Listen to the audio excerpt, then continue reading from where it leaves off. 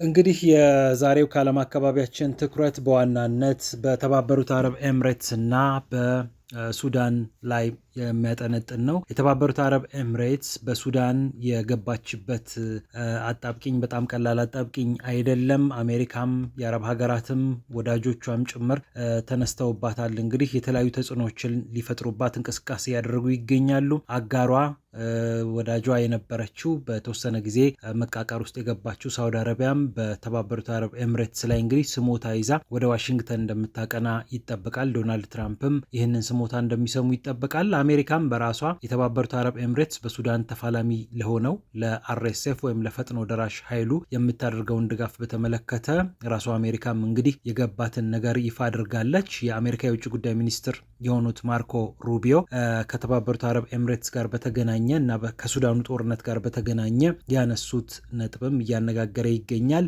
ዩኤኢን ወይም አቡዳቢን እንግዲህ በቃል ወይም በስም ደረጃ አልጠቀሱም። ነገር ግን አርኤስኤፍን ማን እንደሚረዳው እናውቃለን፣ ይሄ መቆም አለበት ብለዋል። ስም የማልጠቅሰው ወይም ደግሞ እነማን እንደዚህ እንደሚያደርጉ እናውቃለን ካሉ በኋላ ብናውቅም የማንጠቅሰው ችግሩ እንዲፈታ ካለን ፍላጎት የተነሳ ነው። አርኤስኤፍ ወይም ራፒድ ሰፖርት ፎርስስ ይህንን እንቅስቃሴውን አጠናክሮ ከቀጠለ ተጨማሪ ግዛቶች የሚቆጣጠር ከሆነም የበለጠ አደጋ ይሆናል።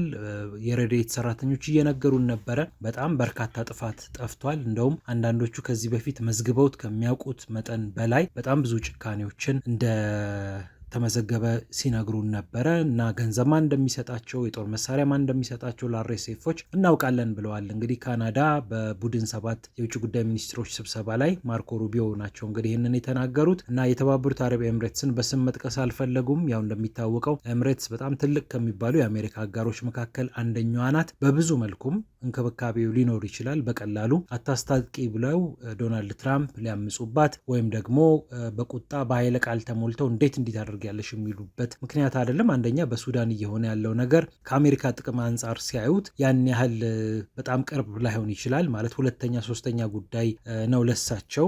ለምሳሌ የጋዛው ጉዳይ በጣም ቁልፍ ጉዳይ ነው። የአጋራቸው የእስራኤል ጉዳይ ነው። እንደገና ጋዛን መቆጣጠርና በአካባቢውም የራሳቸውን ተጽዕኖ ማሳረፍ ይፈልጋሉ። ሌሎች ጉዳዮች የዩክሬን የራሽያ ጉዳይ ከሞላ ጎደል የራሳቸው ጉዳይ ነው። ሚሳኤል የሚያቀብሏት የጦር መሳሪያዎችን ተተኳሾችን የሚሰጧት ዩክሬን እንግዲህ ከሞላ ጎደል ያው እርሳቸው የሚገቡበት እርሳቸውን የሚፈልግ ጉዳይ ነው እና ሶስተኛ አራተኛ ረድፍ ላይ ነው ያለው። እንግዲህ አሁን የዲፕሎማሲው ዓለም የትኛውን ግጭት እንፍታ ብሎ በሚንቀሳቀስበት ሰዓት መጀመሪያ ጋዛ እና ዩክሬን ፊቱ ከመጡበት በኋላ ላይ ነው እንግዲህ ሱዳንን ማግኘት የሚችለው እና ጦርነቱ በጣም አሰቃቂ ነገሮችን አሳይቷል። በ10 ሺዎች የሚቆጠሩ ሰዎች ተገለዋል። ራሳቸው ማርኮ ሩቢዮም እንደተናገሩት ከ13 ሚሊዮን ሕዝብ በላይ ተሰዷል እና ይህንን ለማስቆም እንግዲህ ብዙ ጥረቶች እንደሚደረጉ ይጠበቃል። እንግዲህ ዋናው እዚህ ጋር ትኩረት ውስጥ የምትገባው አይን ውስጥ የምትገባው ደግሞ የተባበሩት አረብ ኤምሬትስ ነች። ምክንያቱም አርኤስኤፍን ወይም ፈጥኖ ደራሽ ኃይሉን በመሐመድ ሐምደን ደገሎ የሚመራውን ወይም በሐሜቲ የሚመራውን አርኤስኤፍ የምትደግፈው እሷ ነች። ድሮን የምታስታጥቀው አሁን ደግሞ በጣም ዘመናዊ የሆኑ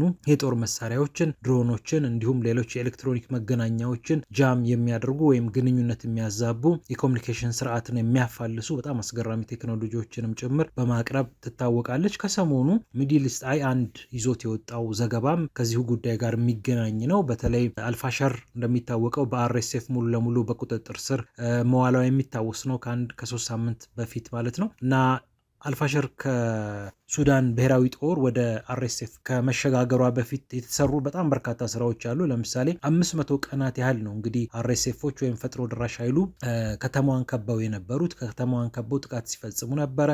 ማንም እንዳይገባ ማንም እንዳይወጣ ከ30 ኪሎ ሜትር በላይ ዙሪያውን እጥር አድርገው መፈናፈኛ አሳጥተው የሱዳን ብሔራዊ ጦርና አጋሮቹ በነገራችን ላይ አንዳንድ የዳርፉር አማጽያንንም በአጋርነት አሰልፏል እና ጥምር ጦር ወይም ጥምር ኃይል እየተባለም ነበር የሚጠራው እና ከነሱ ጋር በነበረው ፍልሚያ እነሱም እንዳይወጡ ዜጋውም እንዳይወጣ በማድረግ ረገድ አርኤስኤፎች ከተማዋን አፍነው ነው እንግዲህ ለ500 እና ከዛ በላይ ለሚሆኑ ቀናት የያዟት እና የሱዳን ብሔራዊ ጦርና አጋሮቹ የዳርፉር አማጽያን የቀድሞዎቹን ጨምሮ ያድርጉት የነበረው ነገር ምንድን ነው? ያው በረድፍ ወደ 4 የሚሆን የመከላከያ ወረዳና ረድፍ በመስራት አርኤስኤፎች እንዳይገቡ አድርገዋል። አንዳንዱን በጸረ ሰው ፈንጂ አጥረው፣ አንዳንዱን ደግሞ ዋሻ ሰርተው፣ አንዳንዱን ምሽግ ሰርተው ከዛ ደግሞ አለፍ የሚለውን በመድፍና በከባድ መሳሪያ አጥረው አርኤስኤፎች እንዳይገቡ ያደርጉ ነበር። እንደውም ለሚድል ኢስት አንዳንድ አስተያየት የሰጡ የጥምር ጦሩ አባላት ሲናገሩ አርኤስኤፎችን ትንሽ አንዳንዴ ስቦ የመምታት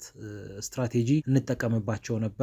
ወደ ዋሻችን ወደ ቀጠናችን ስበን እናመጣቸዋለን። የተወሰነ ትንኮሳ ፈጽመን ወደኛ የጦር ቤት ሲመጡልን ደግሞ እኛ ከዋሻ ውስጥ እየወጣን ጥቃት እንፈጽምባቸዋለን ብለው ነበር እና በጣም የተጠናከረ ጥቃት እንግዲህ ምንም እንኳን ቢከበቡም ማድረግ ችለው ነበር ለ500 ቀናት። ታዲያ 500ኛው ቀን አካባቢ የተፈጠረው ነገር በተለይ በተባበሩት አረብ ኤምሬትስ አማካኝነት የተፈጠረው ነገር የሱዳን ብሔራዊ ጦርንና አጋሮቹን ግራ ያጋባ ነበረ። የሱዳን ብሔራዊ ጦር በአካባቢው የቴሌኮም መሰረተ ልማቶች በመውደማቸውና ያው ለወታደራዊ ሚስጥራዊነትና ጥንቃቄም ሲባል መደበኛውን የኢንተርኔት አገልግሎት እየተጠቀመ አልነበረም፣ ወይም በአመዛኙ የሚጠቀመው የሳተላይት ኢንተርኔትን ነው። በተለይ ደግሞ በቢሊዮነሩ በኤለን መስክ የሚመራውን ስታርሊንክን ነበር ይጠቀም የነበረው። ስታርሊንክን እየተጠቀመ በነበረበት ሰዓት ድንገት የግንኙነት መስመር በተለይ ኦክቶበር 26 ላይ ድንገት የግንኙነት መስመሩ ይቋረጣል። እንግዲህ አንዱ አሃድ ከሌላኛው አሃድ ጋር፣ አንዱ የጦር ክፍል ከሌላኛው የጦር ክፍል ጋር መገናኘት አልቻለም። እዛው አልፋሸርን እየተከላከሉ የነበሩ የጦር አመራሮች ከካርቱምም ከፖርት ሱዳንም ሰዎች ጋር እንግዲህ ከፖለቲካዊም ከወታደራዊ ክንፉም ጋር መነጋገር ሳይችሉ ይቀራሉ። በተለይ ኦክቶበር 26 ሙሉ ለሙሉ የኢንተርኔትም የስልክ ግንኙነትም ይቋረጥባቸዋል። በዛ አማካኝነት እንግዲህ ከዚህ በላይ መዋጋት እንደማንችል አወቅን ይላሉ ሰዎቹ። ከዛ በኋላ ያደረጉት ነገር ምንድነው? አመራሩ ቀድሞ እንዲወጣ ከዛ ከባድ መሳሪያ ቀድሞ እንዲወጣ ካደረጉ በኋላ በፍጥነት መውጣት ነው። እንደውም ስካይ ኒውስ ላይ አንድ በምንጭነት የተጠቀሰ አንድ ሰው ያለው ነገር ምንድነው? ያው ድርድር አድርገዋል፣ ከአልፋሸር ለማውጣት ድርድር አድርገዋል የሚል ነው። ግን ወታደሮቹ ለሚድል ኢስት ሲናገሩ ምንም ድርድር የሚያስብል ነገር የለም። ምክንያቱም ነገሮች በጣም በፍጥነት ነበር የተከናወኑት። በዛ ምክንያት እንግዲህ የተወሰኑ መረጃው የሌላቸው እስከ መጨረሻው ተፋልመው የሞቱም ተማረኩም ይኖራሉ። ግን ቢያንስ ጦር መሳሪያዎቻችንና አመራሮቻችንን ማሳለፍ ችለናል ነው የሚሉት። እንግዲህ የተለያዩ የጦር መሳሪያዎችን የታጠቀው አርኤስኤፍ ከኤምሬትስ እንግዲህ በገፍ የጦር መሳሪያዎች ሲቀርቡለት እንደነበር ይታወቃል። እና ድንገተኛውን ጥቃት እንግዲህ ግንኙነት አዛብቶ ከፈጸመ በኋላ ያው በቁጥጥር ስር አውሏታል አልፋሸርን። ታዲያ ከገቡት የጦር መሳሪያዎች መካከል ከቻይና የሚመጡ የተለያዩ ለጃሚንግ ስራ ወይም ደግሞ ግንኙነት ለማዛባት ለመጥለፍ የሚረዱ የተለያዩ መሳሪያዎች ናቸው። በነገራችን ላይ ጦርነቱ ወደ መጨረሻው ምዕራፍ አካባቢ በደረሰበት ሰዓት የስታርሊንክ ሳተላይት ግንኙነት ከመቋረጡ በፊት 1-2 የሚሆኑ ድሮኖች ለሰዓታት ምናልባት ለ4 ሰዓትም ለ5 ሰዓትም አካባቢ ሰማይ ላይ ያንዣብቡ ነበረ እና እነዚህን ድሮኖች ደግሞ አይተናቸው አናቅም፣ እንደ ሌሎቹ አይነት የቅኝት ወይም የአጥቂ ድሮኖች አይደሉም ብለዋል እዛ አካባቢ የነበሩ ሰዎች። እና ምናልባት ግንኙነቱን ለማዛባት የአየር ላይ ሲንቀሳቀሱ የነበሩ ድሮኖች ሊሆኑ ይችሉ ይሆን የሚል ጥርጣሬም አለ። ለማንኛውም 2 አይነት ስርዓቶች ተጠቅመዋል። የግንኙነት ያዛቡበት ስርዓት ተጠቅመዋል። አንደኛው እንግዲህ ወልቭስ የተሰኘ ቲም ወልቭስ ወይም ወልቭስ ቲም እየተባለ የሚጠራ የጃሚንግ ስርዓት ነው፣ የግንኙነት የሚያዛባ ስርዓት ነው። ሌላኛውም ደግሞ በትከሻ የሚነገብ ጃመር አለ። እንደውም በማህበራዊ ሚዲያዎች ላይ በጣም በርካቶች ተቀባብለውት ነበረ ምስሉን። የተባበሩት አረብ ኤምሬትስ ምናልባት አስታጥቀዋለች አርኤስኤፍን ተብሎ የተነገረለት ነው። ወልቭስ ቲም የተሰኘው ስርዓት እንግዲህ 2.5 ኪሎ ሜትር ርቀት የሚሸፍን ወይም ደግሞ በዚህ ሬዲየስ ውስጥ የሚገኙ የተለያዩ ሲግናሎችን ማጥፋት፣ ሙሉ ለሙሉ ፍሪኩዌንሲዎችን አንዱ ከአንዱ እንዳይገናኙ የማድረግ ስራ የመስራት አቅም እንዳለው ነው የሚነገረው። ሌሎች መንገዶችንም እንግዲህ እንደተጠቀሙ ነው የተነገረው። ለማንኛውም ቻይና ሰራሽ የሆኑትን ወልቭስንና ኖሪንኮ የተባለም ሌላኛው በትከሻ ተነግቦ እንደ ቦርሳ የሚነገብ ነው። እሱን እንግዲህ የግንኙነት ማዛቢያ ስርዓት ነው። ይህንን ተጠቅመዋልና እነዚህ ነገሮች ውጤታማ አድርገዋቸዋል አርኤስኤፎችን ነው እየተባለ የከረመው። ለማንኛውም አርኤስኤፍ በዩናይትድ አረብ ኤምሬትስ እየተደገፈ የቀጠለበት መንገድ እንግዲህ ብዙዎችን እያሳሰበ ይገኛል። አሜሪካን ብዙ ደስተኛ እንዳልሆነች ተነግሯል። ከሰሞኑ ራሱ ሚድል ኢስት እንደዘገበው ደግሞ መሐመድ ቢን ሰልማን ወደ ዋሽንግተን ያቀናሉ። ቢን ሰልማን ወደ ዋሽንግተን ሲያቀኑ ታዲያ ይህንን የተባበሩት አረብ ኤምሬትስን ሚና በተመለከተ ከትራምፕ ጋር እንደሚወያዩ ተሰምቷል። የአሜሪካው ፕሬዚዳንት ዶናልድ ትራምፕ እንደሚታወቀው ከሳውዲ አረቢያም ከዩናይትድ አረብ ኤምሬትስም ጋር ጠበቅ ያለ ግንኙነት አለው። ትንሽ ኤምሬትስን በተመለከተ ምናልባት ልባቸው ሊሳሳ የሚችለው ከአረብ ሀገራት በጣም ቀደም ብላ በተለይ ደግሞ ከገልፍ ሀገራት ቀደም ብላ ለእስራኤል እውቅና በመስጠት ትታወቃለች። ዮርዳኖስን ትተን ማለት ነው።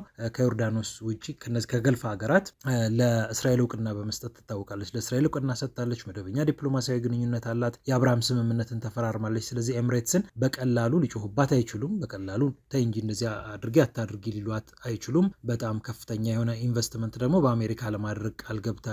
በአጠቃላይ እንደውም እስከ $1 ትሪሊየን አካባቢ ሊደርስ እንደሚችል ነው እንግዲህ ሲነገር የነበረው። ዶናልድ ትራምፕ ወደ መካከለኛው ምስራቅ ባቀኑበት ሰዓትም ከመሐመድ ቢን ዛይድ ጋር ተገናኝተው ይህንን ነገር ስለመምከራቸው ይነገራል።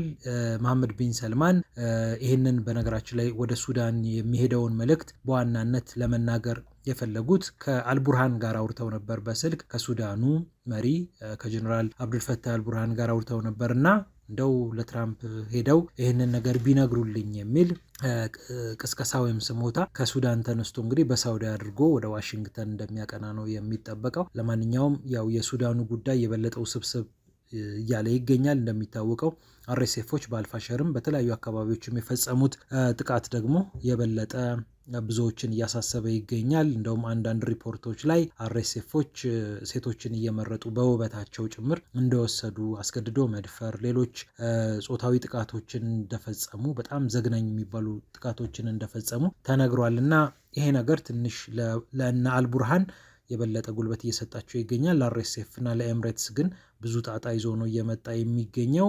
በነገራችን ላይ ግብፅም ቱርክንና ሳውዲ አረቢያን እያስተባበረች አንዳንድ የጦር ኮማንድ ፖስቶችን ጭምር ከሱዳን ጋር ለማቋቋም እና ወደ ግብፅ የሚገቡ ጥቃቶች ካሉም እነሱን ለማስቆም ጥረት እያደረገች እንደምትገኝ ከሰሞኑ ሲሰማ ነበረ። ከዓለም አካባቢያችን እንግዲህ ይህንን ይመስል ነበረ። ፒያሳ ኔትወርክን ስትከታተሉ ስለቆያችሁ ክብረት ይስጥልን ብለናል። ፒያሳ ኔትወርክን ሰብስክራይብ፣ ላይክና ሼር በማድረግ የተአማኒና የጥልቅ ዘገባዎች ቤተሰቡን ስንል በአክብሮት ጋብዘናል። ሰላም ለዓለማችን።